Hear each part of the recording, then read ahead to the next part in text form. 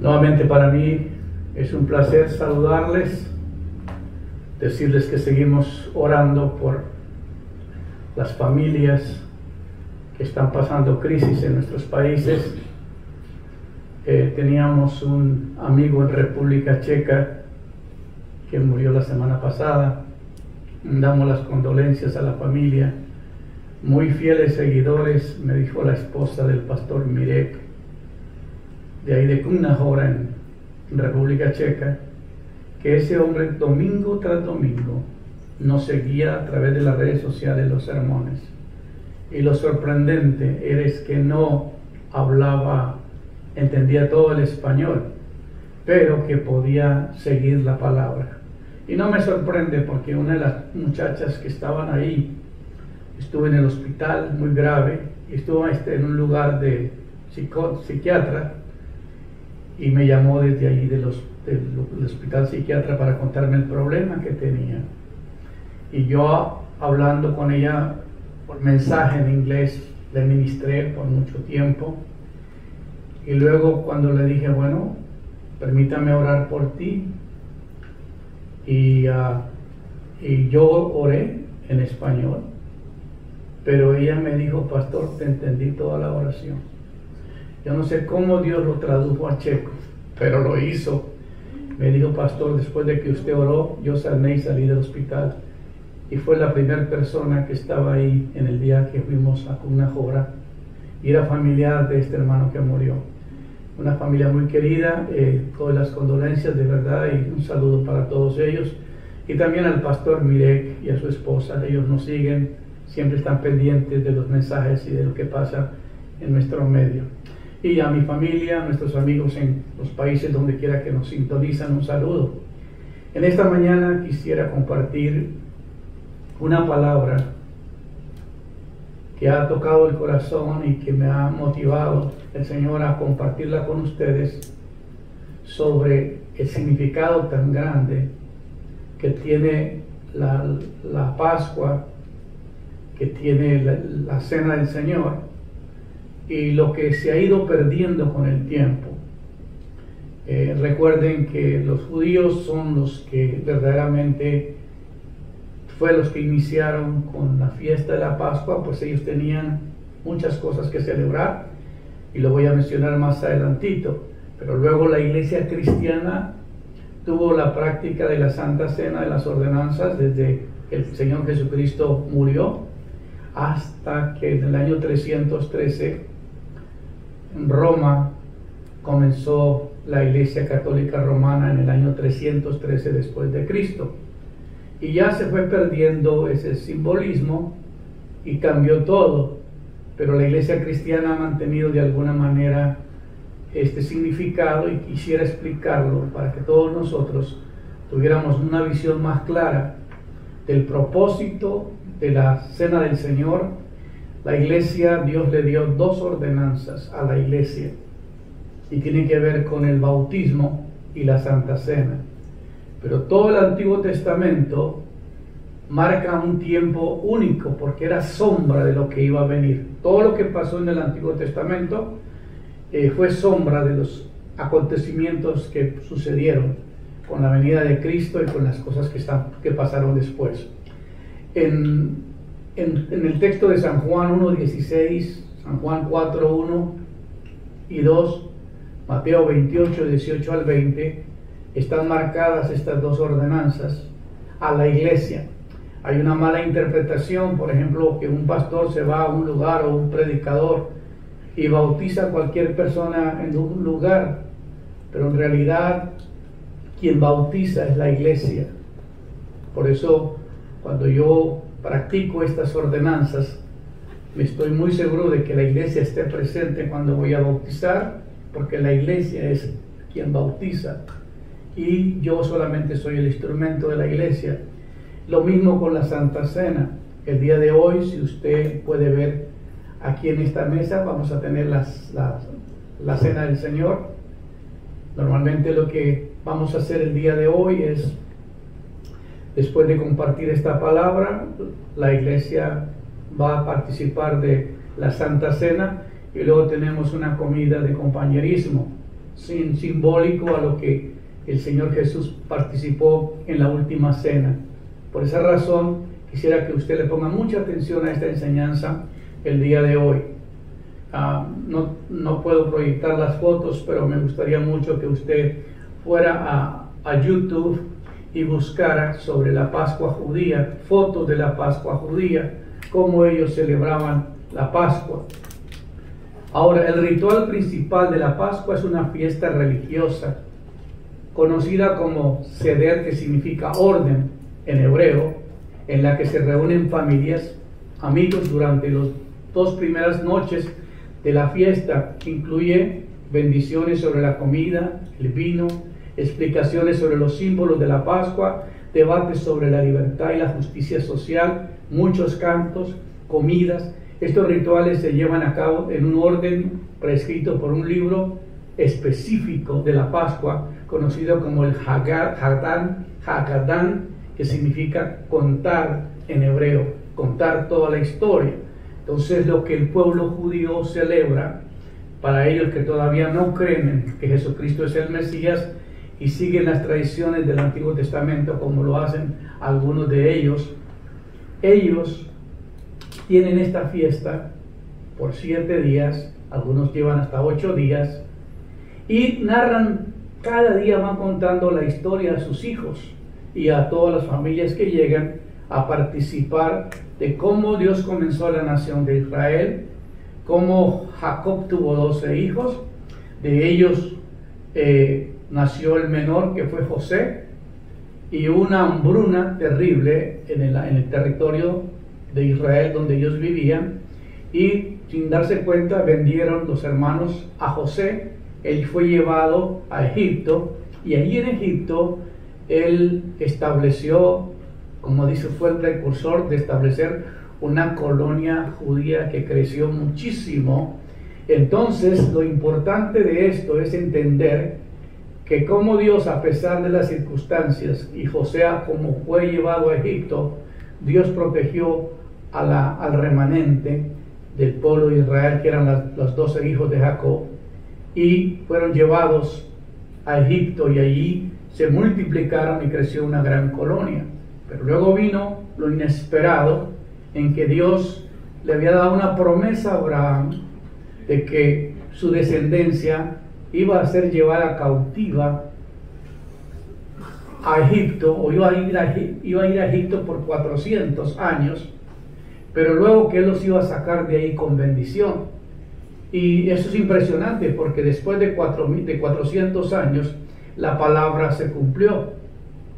Pero vino una situación por parte del rey que se opuso rotundamente a dejar salir al pueblo, y por eso nosotros escuchamos sobre las 10 plagas de Egipto, sobre cada una de las plagas, lo que aconteció. Entonces, en la Pascua es una fiesta muy especial donde se van narrando los acontecimientos de la historia judía, de cómo Dios comenzó ese trato con la nación de Israel, con ellos, y cómo ellos celebran en grande esa gran fiesta. Entonces, lo importante de ello es que sus hijos y su familia saben verdaderamente la historia de lo que pasó con el comienzo de la nación hebrea o la nación judía.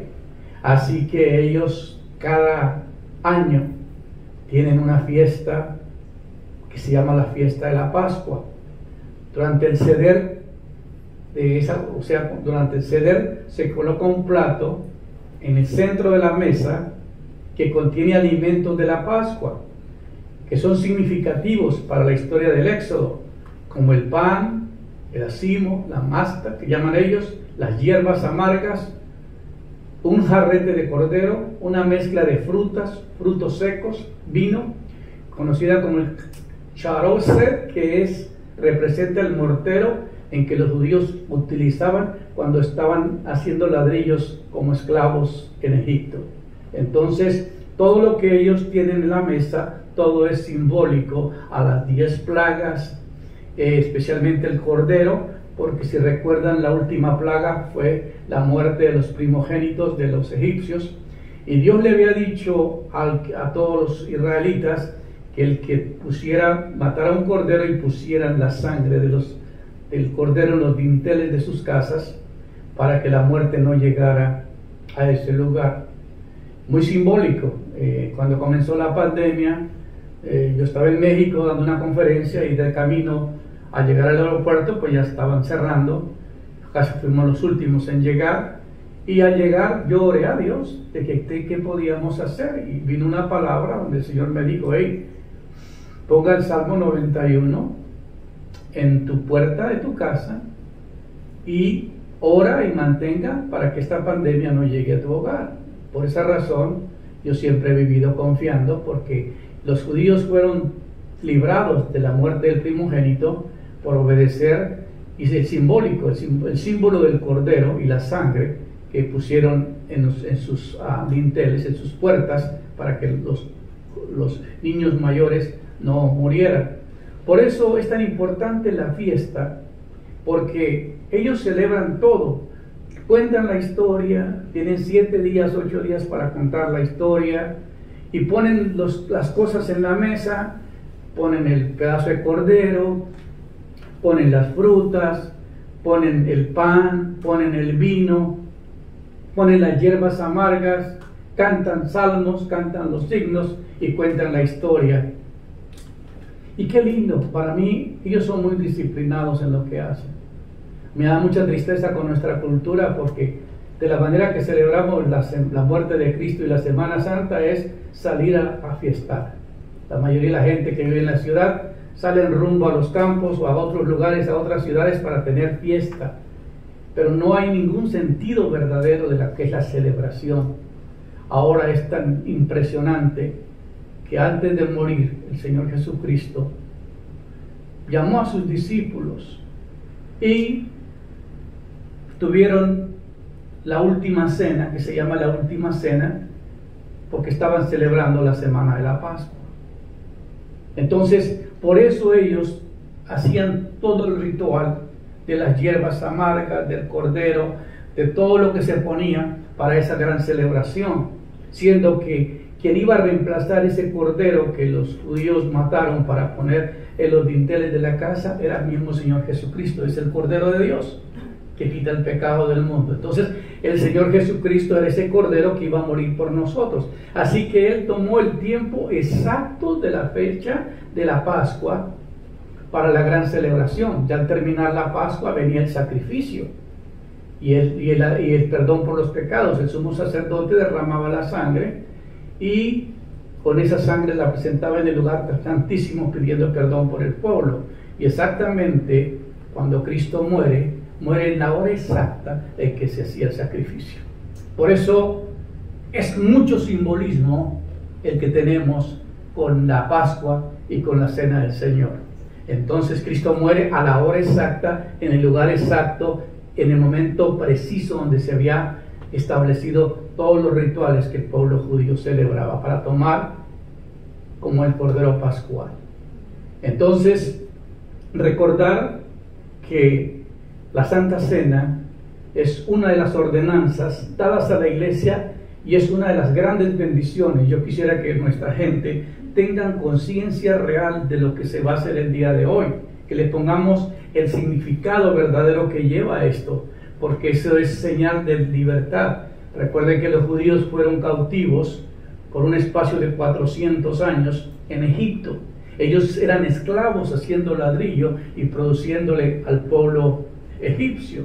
Cuando el Señor los quiso sacar de ahí, Faraón se opuso y mandó todo lo que pudo para detener la salida de ellos, porque se quedaba sin los esclavos y sin los trabajadores. Por esa razón él trató de rehusar, pero Dios con mano fuerte, mano poderosa, mandó las 10 plagas y la última fue la muerte del primogénito, hasta que por fin les dio la salida al pueblo para ir a la tierra que Dios le había prometido al pueblo de Israel. Entonces, nosotros el día de hoy vamos a celebrar la Santa Cena. Nosotros solamente tenemos el vino, tenemos el pan, no tenemos el cordero, porque el cordero ya tomó el lugar, que es el Hijo de Dios, ese es nuestro Cordero Pascual. No celebramos las hierbas amargas porque nosotros no pasamos ese tiempo amargo que pasó el pueblo judío para ser liberado de Egipto. Pero nosotros sabemos que Cristo, su cuerpo, llevó todo nuestro dolor, todo nuestro sufrimiento, y como dice la Biblia, por su llaga hemos sido curados. Por esa razón, Él estableció a la iglesia dos ordenanzas. Se las dio a la iglesia, no a personas, no a individuos, a la iglesia. Por eso es tan importante que la gente se reúna en un lugar y que sean parte de una iglesia. Hoy vemos que la gente no se está congregando y no toma responsabilidad. Y eso es muy triste porque no están tomando las cosas que el Señor ha establecido. Y qué pena que los que nos siguen a través de las redes sociales no puedan participar de estos elementos, pero por lo menos tendrán la explicación en este día para entender por qué las iglesias evangélicas celebramos la Santa Cena y no le llamamos la comunión. ¿Por qué? Porque la iglesia tradicional nos ha enseñado que la sangre el vino se convierte en la sangre de Cristo y el pan se convierte en el cuerpo de Cristo, y eso es una doctrina errónea porque eso no es verdad. No hay esa transustanciación que ellos le llaman. El vino sigue siendo el vino, simplemente es un símbolo que representa la sangre, pero no hay ningún mérito y no se convierte en la sangre de Cristo, ni el pan se convierte en el cuerpo de Cristo. Y después va la letrina. Esto no sucede así, ¿ok? No hay esa doctrina. Por eso nosotros, así como el Señor Jesucristo dio dos ordenanzas y fueron establecidas y fueron aplicadas a la iglesia primitiva, nosotros seguimos la tradición exactamente igual. Ahora surge la pregunta, ¿qué es una ordenanza? Se deriva de la palabra del idioma latín, que quiere decir lo que fue ordenado o mandado. Alguien había dicho que las ordenanzas son señales visibles de la gracia invisible. Esto quiere decir que son símbolos externos de los que Dios hizo en nuestro corazón. La Biblia habla solamente de dos ordenanzas: el bautismo y la cena del Señor. Si no las observamos en la manera determinada en la Biblia, ellas llegan a ser meras tradiciones de hombre. Cuando se descarría del modo bíblico, el resultado va a ser pura confusión. Así que el mundo religioso se encuentra el día de hoy confundido, porque nadie les explica y nadie les da correctamente la interpretación. Usted dice, ¿puedo participar yo de la Santa Cena aunque yo no pertenezca a una iglesia? ¿Puedo participar yo de la Santa Cena aún no haya aceptado a Cristo y no me haya comprometido con Él? ¿Puedo yo tomar la Santa Cena y sin ser bautizado? No, no puedes. Por eso el pastor tiene la responsabilidad de explicar a la congregación que solamente los que participan son los que han entrado en un pacto nuevo con Cristo, que han nacido de nuevo, que le han entregado su vida al Señor Jesucristo, que se han comprometido, porque es un pacto el que se hace. Por eso se llama el nuevo pacto. Mi sangre es el nuevo pacto. La Biblia habla solamente de dos ordenanzas, no de 7 sacramentos. La Biblia habla solamente de dos ordenanzas: el bautismo y la cena del Señor. Si no lo observamos de la manera determinada en la Biblia, ellas llegan a ser meras tradiciones de hombre, cuando el hombre se descarría del punto de vista bíblico, y el resultado es pura confusión. Por eso hay que entender. Ahora vamos a hablar un poquito sobre el bautismo. En Hechos capítulo 4 estamos viendo el comienzo de la iglesia primitiva, y entendamos también lo que dice Mateo. Mateo dice, cuando pues el Señor entendió que los fariseos habían oído decir que Jesús hace y bautiza más que los discípulos de Juan, aunque Jesús no bautizaba sino sus discípulos. Aquí nos está diciendo que los discípulos bautizaban a la gente, no bautizaban a los niños. Era gente mayor, la gente que se arrepentía, pedía perdón y entregaba su vida a Dios. Entonces ellos eran los que eran bautizados. Por eso seguimos la enseñanza de la palabra. En Mateo 28 dice, Jesús se acercó y les habló diciendo a sus discípulos: toda potestad me es dada en el cielo y en la tierra. Toda autoridad se me ha entregado en el cielo y en la tierra. Por tanto, id y haced discípulos a todas las naciones. Un discípulo es un seguidor, necesita entrenamiento. Jesús pasó 3 años y medio con esos discípulos enseñándolos. Ahora una gente que no ni va a la iglesia va y participa de estas ordenanzas, se está metiendo en un problema grande, porque no está entendiendo el significado de lo que esto significa. Jesús estuvo por 3 años y medio enseñándole a sus discípulos, y luego les dio una ordenanza y les dijo: id a todas las naciones. Por tanto, id y haced discípulos a todas las naciones, bautizándolos en el nombre del Padre, en el nombre del Hijo y en el nombre del Espíritu Santo. Entonces, por esa razón, la iglesia cristiana hace el bautismo por inmersión. La palabra bautismo es sumergir, o estar dentro o abajo de. Por eso el acto de bautizar no es rociarle agua en la frente, sino es sumergirlo totalmente, que quede tapado. Los pastores que bautizamos, o lo personal, yo tomo a las personas, le tapo la nariz, le tapo la boca, le pongo la mano en la espalda y lo meto totalmente al agua hasta que quede totalmente, porque esto es un símbolo de muerte. ¿Se imagina si usted no entierra a los muertos? ¿Qué pasa con los muertos? Huelen mal. Por esa razón es tan importante entender el simbolismo que encierra, enseñándoles que guarden todas las cosas que yo os he mandado. Y aquí yo estoy con vosotros todos los días hasta el fin del mundo. Amén. Había un compromiso de discipularlos y había un compromiso con ellos de responsabilizarlos a hacer exactamente lo que el maestro hizo con ellos. Ellos tenían que reproducirse desarrollando lo mismo que él desarrolló en ellos, desarrollándolos con otros. Y esto está increíble. Ahora, en el principio de las ordenanzas, el Señor Jesucristo instituyó las ordenanzas, el bautismo y la cena del Señor. La iglesia obedeció los mandamientos de Cristo. Si usted va al libro de Hechos 2:41, ahí vamos a encontrar lo que dice. Lo voy a leer más adelante. Y luego la cena del Señor en Hechos 2:42, 1 Corintios 11, del 23 al 30. Sigamos. Así que los que recibieron su palabra fueron bautizados. Los que oyeron, entendieron y creyeron lo que pasó con la muerte de Cristo, ellos aceptaron vivir la vida para Dios, entregar sus vidas al Señor, y estos fueron los que fueron bautizados. Dice, así que los que recibieron la palabra fueron bautizados. Y se añadieron aquel día como 3,000 personas. No se puede añadir a alguien que no ha creído. No se puede añadir a alguien que no ha sido bautizado. Ahora, y perseveraban en la doctrina de los apóstoles.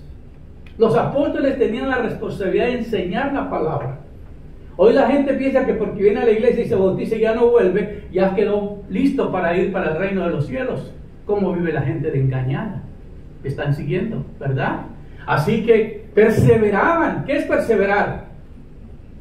Estar siempre en la doctrina de los apóstoles, en la comunión unos con otros, en el partimiento del pan y en las oraciones. Hoy vamos a compartir las oraciones, hoy vamos a compartir el pan, vamos a tener un tiempo de compañerismo juntos, vamos a hacer una celebración de la Santa Cena. La iglesia obedeció los mandamientos de Cristo, como dice Hechos 2:41, y en Hechos 2:42, hablando de la Cena del Señor, y 1 Corintios 11:23 al 30. Ahora, el propósito de las ordenanzas. Las ordenanzas son símbolos de la salvación que está en el Señor Jesucristo. No es nada, no hay ningún mérito especial en el vino, ni hay ningún mérito especial en el pan, aunque lo comamos sin levadura. Simplemente son símbolos que simbolizan. Cuando uno casa a una pareja, le da un anillo, pero ya no se está casando con el anillo, se está casando con la persona. Entonces, y algunos dicen, las mujeres dicen, sí, depende del tamaño del anillo, ¿verdad? Y tamaño de la piedra. Pero no debe ser así. La persona se está uniendo a una persona, pero simplemente lo que el anillo está haciendo es un simbolismo de esa unión. Cuando nosotros aceptamos vivir para Dios, vivir una vida consagrada a Dios, nosotros nos unimos a un cuerpo que es su iglesia. Participamos con el partimiento del pan, las oraciones, las enseñanzas que a través de la iglesia se imparten, y luego llegamos a participar del bautismo y participar de los elementos simbólicos que es la Santa Cena. Yo creo que con esta explicación queda muy claro para que aquellos que tienen dudas en cuanto a lo que son las ordenanzas. Muy bien, las ordenanzas son símbolos de la salvación que está en el Señor Jesucristo. Por medio de estas ordenanzas, la iglesia requiere que cada miembro da una respuesta correcta a la experiencia que tuvo con Cristo en la salvación. Los que tienen en su andar diario con Cristo. La Biblia dice, de modo que si una persona está en Cristo, nueva creación es. Las cosas viejas pasaron, todas son hechas nuevas. Una de las cosas que uno tiene que verificar en una persona, si verdaderamente es hija de Dios, es cristiana, se ha unido al Señor, es preguntarle, cuéntame de su testimonio. Y cuando te da vueltas por todos lados y no te dice nada, te das cuenta que esa persona no ha nacido de nuevo. ¿Por qué? Porque tienes que nacer del Espíritu, tienes que nacer del Espíritu de Dios. Tiene que haber un nacimiento en espiritual. La persona pasa por un proceso de renovar su mente. Eso se llama regeneración, regenera sus pensamientos, cambia su hard drive. Se le mete una información nueva. Ahora yo no pertenezco a la tierra, pertenezco al reino de Dios. Tengo que vivir como hijo de Dios, separado del pecado, libre de la condenación, viviendo una relación con Dios. Entonces, por esa razón, se le llama el nuevo nacimiento a la renovación de la mente. Lo que se une de la persona a Dios es su espíritu. Y la Biblia dice que el que se une a Dios es un solo espíritu con Él. Entonces, tu espíritu se une a Dios. Su mente es cambiada, su cuerpo, dice la Biblia, tiene que pasar por un proceso de liberación. Pablo dice, mas ahora que habéis sido libertados del pecado y hechos siervos de Dios, tenéis por fruto la santificación. Nosotros somos esclavos del pecado y cuando aceptamos a Cristo y el precio se pagó con la sangre de Él, entonces pertenecemos a Él y por esa razón hay un cambio en nosotros porque pertenecemos a alguien que nos libró. El pueblo judío celebra la Pascua porque ellos celebran la liberación de la esclavitud. Nosotros celebramos la Santa Cena porque, mas ahora que habéis sido libertados del pecado y hechos siervos de Dios, tenéis por fruto la santificación y como fin la vida eterna. Entonces es importante entender que la Santa Cena es todo el simbolismo de que Cristo murió por nosotros, pero no es que murió por todos. Él murió, aunque murió para toda la generación, no todos aceptan las condiciones. Hay mucha gente que no toma responsabilidad. Ellos piensan que están rumbo al reino de los cielos y viven engañados, y qué pena tener que decírselo. Más del 90% de la población va rumbo a una condenación porque no se someten a la enseñanza. Dicen, no, yo no necesito un pastor. Yo no necesito ir a la iglesia. Eso es para los religiosos. Ponle. Ya vives, ya estás en rebeldía. ¿Y quién te va a ministrar las ordenanzas? ¿Y quién te va a enseñar la doctrina? ¿Y quién te va a dar corrección? ¿Y quién te va a dar dirección? ¿Y quién va a orar por ti para presentarte a Dios para que te perdone tus pecados? Qué terrible, qué terrible. Ahora bien, las ordenanzas son símbolos de la salvación que está en el Señor Jesucristo. Por medio de estas ordenanzas, la iglesia requiere que cada miembro da una respuesta correcta a la experiencia que tuvo con Cristo en la salvación y lo que tiene en su andar diario con Cristo. Ahora entonces, por el bautismo, nosotros predicamos simbólicamente el camino de salvación. El bautismo es simplemente cuando una persona o los jóvenes se quieren añadir a una pandilla, la pandilla tiene ciertos requisitos para ser parte de la pandilla. Tienen que aceptar una paliza y tienen que hacer cosas incorrectas que la persona normalmente no hace, pero pasa por un proceso para ser aceptado. Y si lo hacen para participar en una pandilla, para recibir a Cristo hay que pasar por un proceso de romper, de confesar el pecado. Es muy fácil decir que Cristo me perdonó. Yo lo puedo decir, pero del dicho al hecho hay mucho trecho. ¿Qué es ser perdonado? Simplemente, si yo te ofendí a ti y yo a ti no te pido perdón, yo no he resuelto ese problema.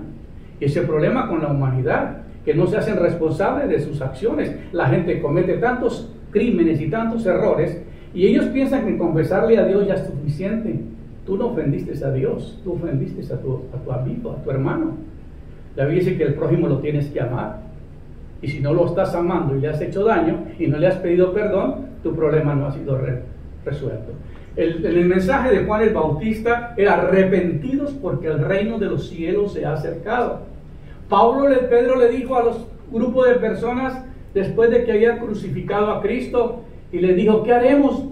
Y entonces Pedro les dijo: arrepentidos y bautícense en cada uno en el nombre del Señor Jesucristo y recibiréis perdón, y recibiréis el perdón de pecados y recibiréis el Espíritu Santo. Entonces tenía que haber un acto simbólico y un acto de confesión. Tú tienes que confesarle a Dios el mal y el pecado que has hecho. Tienes que arrepentirse y prometer no volverlo a hacer, y tienes que comenzar a caminar con la gente nueva, con la gente que son tus hermanos, con la gente de la iglesia. Porque hoy día nos juntamos con todo el mundo y todo el mundo vive una vida desordenada y no nos damos cuenta que eso no es el andar de nuestro. Tenemos que andar con gente que tiene la misma creencia, la misma fe y que vive una vida ordenada. Amén. Ahora, por la cena del Señor, el Evangelio es declarado en 1 Corintios 11, 23 a 26. Por medio de la cena estamos anunciando a todos la muerte del Señor por nuestros pecados. Él le dijo a sus discípulos cuando los sentó y tomaron la Santa Cena o tomaron la Pascua. Yo prefiero usar el término Pascua porque Santa Cena lo han tomado de una manera incorrecta, pero ellos eran judíos, ellos estaban celebrando la Pascua. Y entonces les dijo: yo he pasado 3 años y medio con ustedes, les he enseñado cómo ministrar, ya les di la orden de ir a todas las naciones, de bautizarlos, hacer discípulos y bautizarlos, pero ahora quiero que se comprometan conmigo. Cristo no le dio la Santa Cena a toda la iglesia porque no existía. Cristo le dio la Santa Cena a sus 12. ¿Y qué simboliza? Simplemente es un pacto. Dice: este es mi nuevo pacto que voy a establecer con ustedes. Mi cuerpo va a ser demacrado, va a ser crucificado, va a ser golpeado, va a tener una corona de espinas, va a ser masacrado por ustedes. Pero ¿cómo les recordamos esto? Por medio del pan. Así como lo tenemos que masticar y pasarlo, es el proceso que mi cuerpo tiene que pasar. La sangre que voy a derramar, la única manera que podemos celebrarlo, ustedes pueden celebrar, es por medio del vino que representa la sangre del Cordero. Por esa razón, el simbolismo es impresionante. Amén. Por medio de la cena estamos anunciando a todos la muerte del Señor Jesucristo.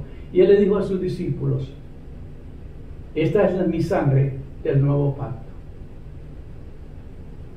Y ese es el pan. Todas las veces que tú comas este pan y bebas esta copa, va a tener que anunciar mi muerte. Va a tener que predicar el Evangelio. Por eso, cuando Jesús le está comprometiendo a sus discípulos a llevar el ministerio que Él estuvo llevando con ellos, había uno que su corazón no era recto. ¿Y cuando brotó lo malo que había en él? Cuando se comió el pan. Porque es una cena de pacto, es una cena de compromiso. Yo me estoy uniendo al Señor, yo soy tu hijo, yo pertenezco al reino de los cielos y yo tengo que representar el reino de Dios en la tierra. Por eso a veces uno pierde audiencia en las redes sociales y también te bloquean. Me han estado bloqueando porque parece que los mensajes están muy fuertes, porque no es lo que la gente quiere escuchar.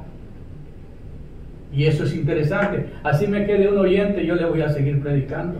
¿Por qué? Porque es mi mandato, es una orden. Así que la Santa Cena es un pacto de compromiso. No de que yo me tomo la Santa Cena y me tomo el vino, me como una comidita y ya estoy feliz. No, Señor, tú tienes una responsabilidad si lo haces, de vivir conforme a la palabra de Dios y de predicar la muerte de Cristo hasta que Él regrese. Amén. Ellas guardan la pureza de la iglesia, las ordenanzas.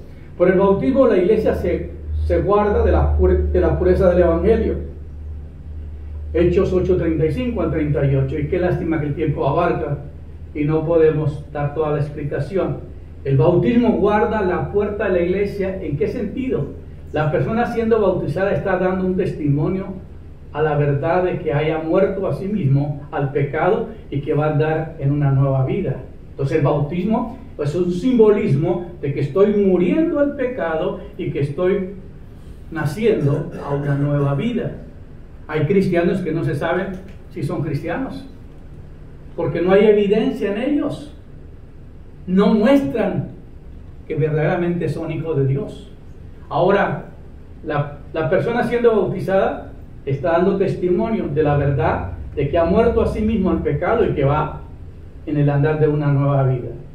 Nadie que no haya experimentado la salvación en Cristo debe de participar en el acto del bautismo. No debemos olvidar, perdón, voy a repetir esto. Nadie que no ha experimentado la salvación en Cristo debe participar del acto del bautismo. Primero tiene que arrepentirse y luego bautizarse. Luego, no debemos olvidarnos que el orden establecido por Dios en la Biblia, primero la salvación y segundo el bautismo. Entonces tiene que haber un nuevo nacimiento, tiene que haber una conversión, tiene que haber, de modo que si una persona está en Cristo, nueva creación es. Las cosas viejas pasaron, todas son hechas nuevas. Entonces tiene que haber una evidencia de que ha nacido de nuevo. Y luego, por la cena del Señor, se guarda la pureza del cuerpo de Cristo, la iglesia, en 1 Corintios 11, 28 al 32. Y ahorita vamos a leer esos versículos. La cena del Señor se centra en la muerte de Cristo y recuerda al miembro de la iglesia que Él ha declarado su muerte al pecado y al mundo para andar en una nueva vida. Entonces, por eso es tan importante hacer responsable a la gente. Es muy triste cómo la gente se le predica una cosa que no es verdad y viviendo una mentira. Es muy importante que tengamos esto bien claro, de que esto que vamos a hacer hoy nos recuerda todo el sufrimiento que el Cordero de Dios tuvo que venir a la tierra. Siendo Dios, se humilló y vino a pasar por lo peor en la tierra y dio su cuerpo, dio su vida. Es un sacrificio de los más grandes y merece nuestro respeto, merece todo nuestro honor y merece nuestra dedicación a la obra que Él hizo. Yo sé que no van a decir amén, pero bueno, también por participar en la cena se está declarando que está bien con los demás miembros de la iglesia. Cuando yo participo de la Santa Cena y del bautismo, me identifico con un cuerpo. Mira, yo soy de ustedes, yo pertenezco a la familia del Señor, yo he nacido de nuevo, así que por esa razón te hace participar. Por eso la Santa Cena no se le da a personas visitantes o que no se han sido bautizadas o que no pertenecen. Hay iglesias que se le llama comunión cerrada. Ellos solamente, los miembros que son bautizados y han nacido de nuevo, les dan la Santa Cena. Pero si llega un visitante, no le dan la Santa Cena a esa persona. A menos que la persona diga, mira, yo soy una persona que he nacido de nuevo, soy bautizado, tengo una membresía en nuestra iglesia. Dentro de la iglesia bautista, yo conocí algo que se llamaba el ser miembro de una iglesia. Te daban una carta. Si yo me muevo de una ciudad a otra, tengo que pedir la carta de mi iglesia para pasarla a la iglesia donde voy, para que me acepten como miembro, porque llevo una carta de referencia que allá pertenezco, pero que ahora cambié de ciudad. Hoy día la gente va para aquí para allá, no hay responsabilidad absolutamente de nada. Antes de tomar la Santa Cena, uno debe examinarse y confesar sus pecados al Señor y reconciliarse con su hermano si es necesario. Si tienes pleitos, como dicen los mexicanos, si tienes broncas con alguien, tienes que pedir perdón y arrepentirse. Amén. Y yo lo uso con el permiso de los mexicanos, ¿verdad? Porque como viajo seguido a México, aprendí algo. Me dice, pastor, ¿tú sabes el secreto aquí en México de un pastor? Le dije, no. Dice, pastor, con panza inspira confianza. Dice, entonces hay que dejarla crecer. Muy bien, entonces, antes de tomar la cena, uno debe examinarse, confesar sus pecados al Señor y reconciliarse con sus hermanos si tiene pleitos o si no le han perdonado. Ahora, vamos a hablar ahora del pacto de la Santa Cena. Y quizás como usted no puede participar, pero vamos a llevarte por el proceso. Mientras comían, estamos hablando de la Pascua, Jesús con sus discípulos en una mesa y todos sentados alrededor. Mientras comían,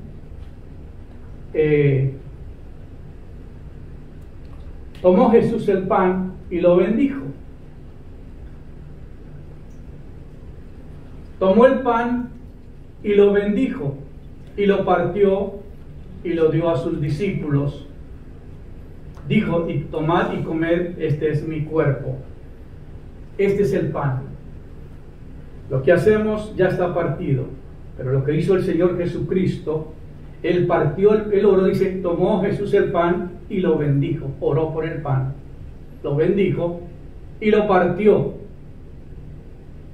y lo dio a sus discípulos y dijo, tomad y comed, este es mi cuerpo, o sea, esta es la palabra.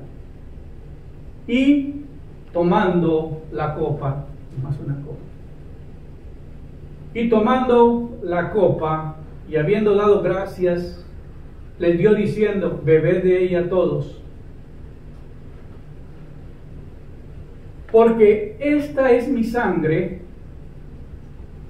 el espíritu del nuevo pacto, que por muchos es derramada para remisión de los pecados.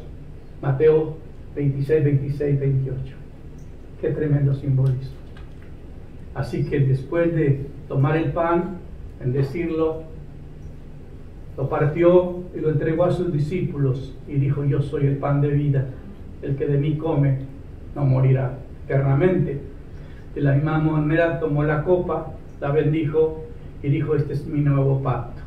Se está estableciendo un nuevo pacto entre Él y sus seguidores, aquellos que se han sometido a la voluntad de Él y seguir conforme a la palabra de Dios. Así que por esta razón es tan importante entender el simbolismo de la cena del Señor. Jesús les dijo, de cierto os digo, si no coméis de la carne del Hijo del Hombre, que es el pan, y bebéis de su sangre, que es el vino, no tenéis vida en vosotros. ¡Wow! Si no bebes ese pan, si no bebes ese vino, y si no comes ese pan, y si no coméis la carne del Hijo del Hombre y bebéis su sangre, no tenéis vida en vosotros. Entonces hay algo que pasa realmente cuando nos comprometemos, porque cada vez que nosotros tomamos la Santa Cena, nos acordamos del compromiso que hemos hecho. Amén. Y la iglesia lo tiene que recordar. Yo recuerdo que antes del aniversario de boda, mi esposa me está recordando, oye, ¿qué vamos a hacer para nuestro aniversario? No deja que se pase esa fecha. Ella me recuerda. Ahora, es importante que yo también les recuerde a ustedes la importancia que tenemos en celebrar estas ordenanzas. Entonces, es increíble. Jesús les dijo, de cierto os digo, si no coméis la carne del Hijo del Hombre y bebéis su sangre, no tenéis vida en vosotros. El que come mi carne y bebe mi sangre tiene vida eterna, y yo le resucitaré en el día postrero. Entonces, ¿podrá una persona estar segura de su resurrección y tener vida si no participa de estos elementos? Por favor, escucha lo que estoy diciendo. Jesús dijo, no lo dije yo. de cierto os digo, si no coméis la carne del Hijo del Hombre y bebéis su sangre, no tenéis vida en vosotros. El que come mi carne y bebe mi sangre tiene vida eterna, y yo le resucitaré en el día postrero. Juan 6, 53 al 54. Y luego el apóstol Pablo da una enseñanza impresionante en el libro de 1 Corintios 11, 23 al 34. Porque yo recibí del Señor lo que también os he enseñado, que el Señor Jesús, la noche que fue entregado, tomó pan.